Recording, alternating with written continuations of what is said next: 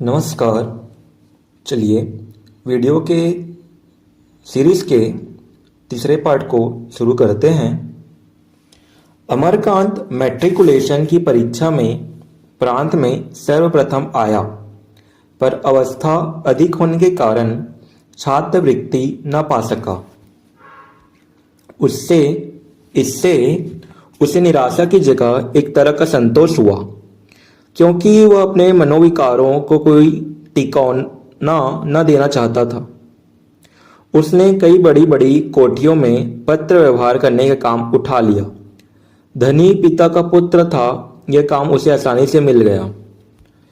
लाला समरकांत की व्यवसाय नीति से प्राय उनकी बिरादरी वाले जलते थे और पिता पुत्र के इस वैमनस्य का तमाशा देखना चाहते थे।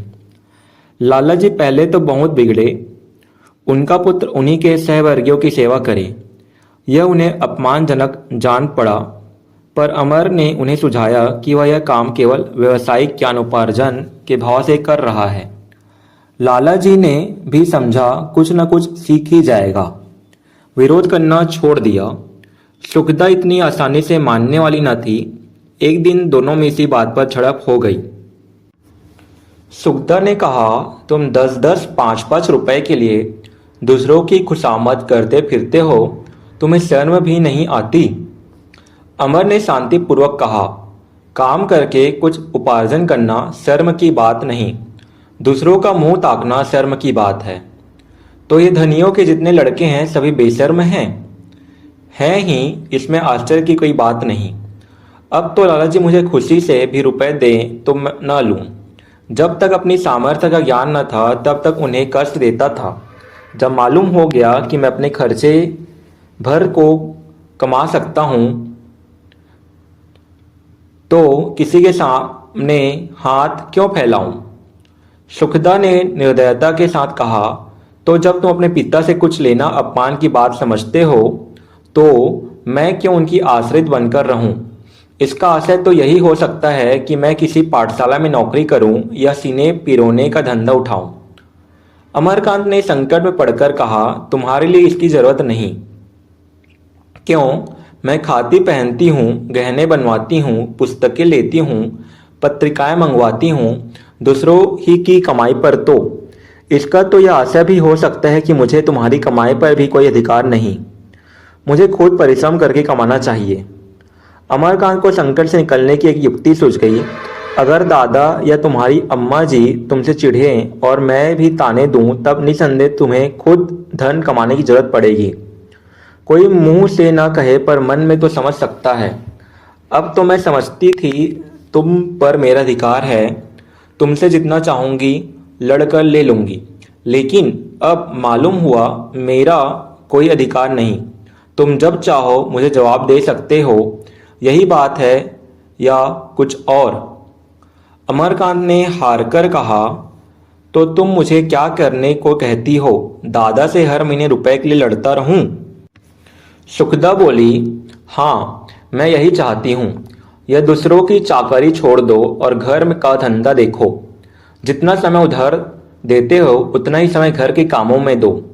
मुझे इस लेन देन सूद ब्याज से घृणा है। सुखदा मुस्कुराकर बोली, यह तो तुम्हारा अच्छा तर्क है। मरीज को छोड़ दो, वह आप ही आप अच्छा हो जाएगा। इस तरह मरीज मर जाएगा। अच्छा ना होगा, तुम दुकान पर जितनी देर बैठोगे कम से कम उतनी देर तो एक घृणित व्यापार न होने दोगे। यह भी तो संभव है कि तुम्हारा अनुराग देखकर लाला जी सारा काम तुम्ही को सौंप दे, तब तुम अपनी इच्छा अनुसार इसे चलाना। अगर अभी इतना भार नहीं लेना चाहते तो ना लो, लेकिन लाला जी की मनोवृत्ति पर तो कुछ न कुछ प्रभाव डाल ही सकते हो। वह वही कर रहे हैं जो अपने अपने ढंग से सारा संसार कर रहा है। तुम विरक्त होकर उनके विचार और नीति को नहीं बदल सकते, और अगर तुम अपना ही राग लापोगे तो मैं कह देती हूं अपने घर चली जाऊंगी। तुम जिस तरह जीवन व्यतीत करना चाहते हो वह मेरे मन की बात नहीं। तुम बचपन से ठुकराए गए हो और कष्ट सहने में अभ्यस्त हो। मेरे लिए यह नया अनुभव है। अमरकांत परास्त हो गया। इससे कई दिन बाद उसे कई जवाब सूझे, पर इस वक्त वह कुछ जवाब न दे सका। नहीं, उसे सुखदा की बातें न्याय संगत मालूम हुई।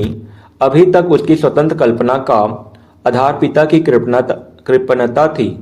उसका अंकुर विमाता की निर्ममता ने जगाया था। तर्क या सिद्धांत पर उसका आधार न था, और वह दिन तो अभी दूर, बहुत दूर था जब उसे चित्त की वृत्ति ही बदल जाए।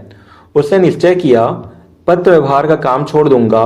दुकान पर बैठने में भी उसकी आपत्ति उतनी तीव्र न रही।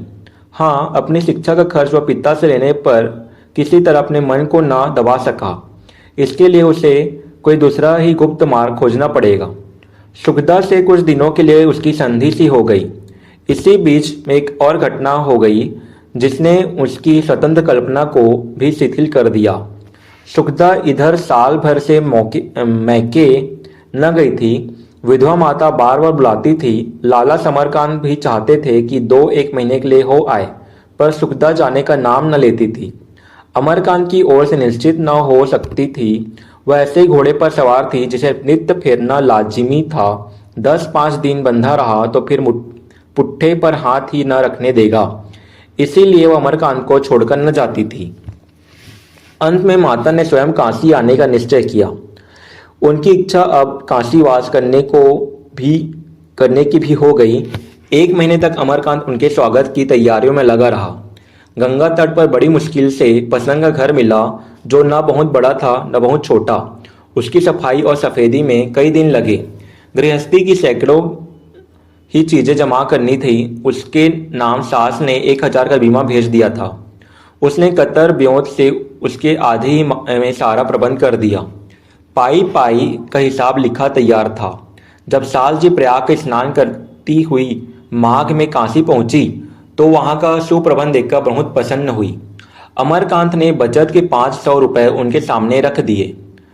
रेणुका देवी ने चकित होकर कहा, क्या 500 ही में सब कुछ हो गया? मुझे तो विश्वास नहीं आता।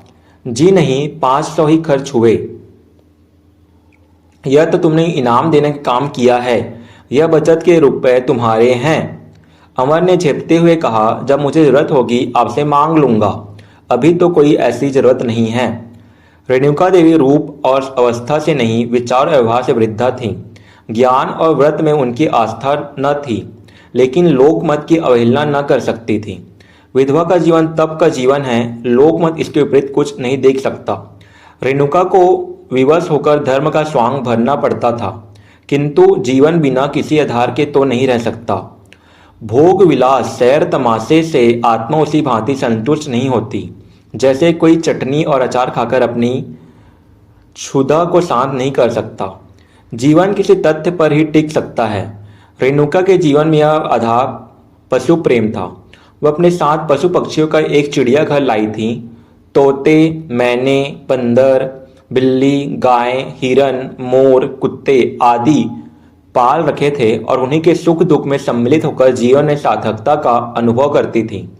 हर एक का अलग अलग नाम था, रहने का अलग अलग स्थान था, खाने पीने के अलग अलग बर्तन थे। अन्य रईसों की भांति उनका पशु प्रेम नुमाइशी, फैशनेबल या मनोरंजक न था। अपने पशु पक्षियों में उनकी जान बसती थी। वह उनके बच्चों को उसी मातृत्व भरे स्नेह से खिलाती थी मानो अपने नाती पोते हो। ये पशु भी उनकी बातें, उनके इशारे कुछ इस तरह समझ जाते थे कि आश्चर्य होता था।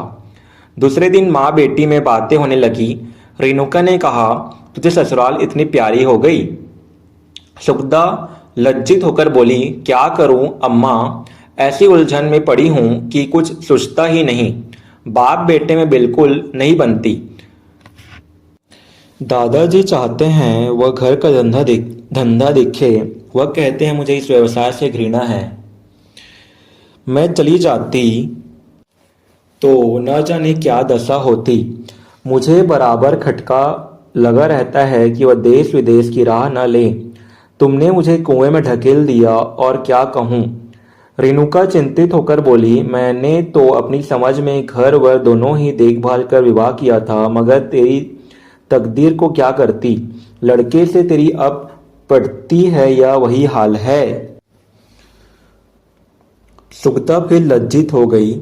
उसके दोनों कपोल लाल हो गए। सिर झुकाकर बोली, उन्हें अपनी किताबों और सभाओं से छुट्टी नहीं मिलती। तेरी जैसी रूपवती एक सीधे साधे छोकरे को भी न संभाल सकी। चाल चलन का कैसा है। सुखदा जानती थी अमरकांत में इस तरह की कोई दुर्वासना नहीं है, पर इस समय वह इस बात को निश्चयात्मक रूप से न कह सकी। उसके नारित्व पर धब्बा आता था। बोली, मैं किसी के दिल का हाल क्या जानूं। अम्मा, इतने दिन हो गए, एक दिन भी ऐसा न हुआ होगा कि कोई चीज लाकर देते। जैसे चाहूं रहूं, उनसे कोई मतलब ही नहीं। रेणुका ने पूछा, तू कभी कुछ पूछती है, कुछ बनाकर खिलाती है, कभी उसके सिर में तेल डालती है। सुखदा ने गर्व से कहा, जब वह मेरी बात नहीं पूछते तो मुझे क्या गरज पड़ी है। वह बोलते हैं तो मैं बोलती हूँ, मुझसे किसी गुलामी नहीं होगी। रेणुका ने ताड़ना दी, बेटी बुरा ना मानना, मुझे बहुत कुछ तेरा ही दोष दिखता है। तुझे अपने रूप का गर्व है, तू समझती है वह तेरे रूप का मुक्त होकर तेरे पैरों पर सिर रगड़ेगा। ऐसे मर्द होते हैं, यह मैं जानती हूँ, पर वह प्रेम टिकाऊ नहीं होता।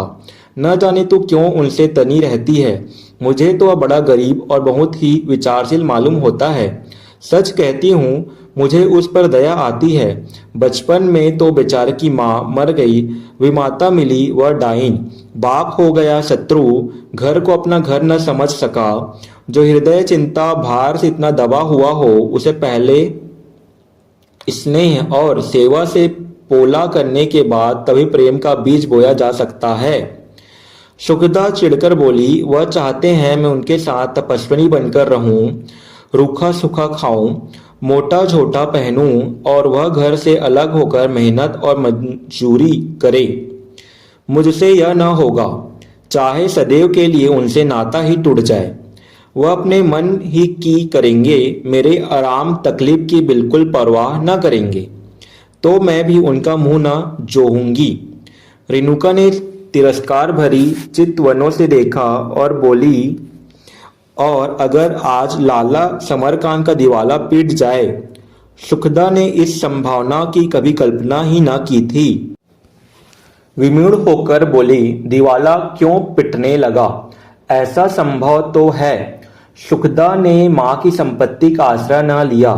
वह न कह सकी, तुम्हारे पास जो कुछ है वह भी तो मेरा ही है। आत्मसम्मान ने उसे ऐसा न कहने दिया।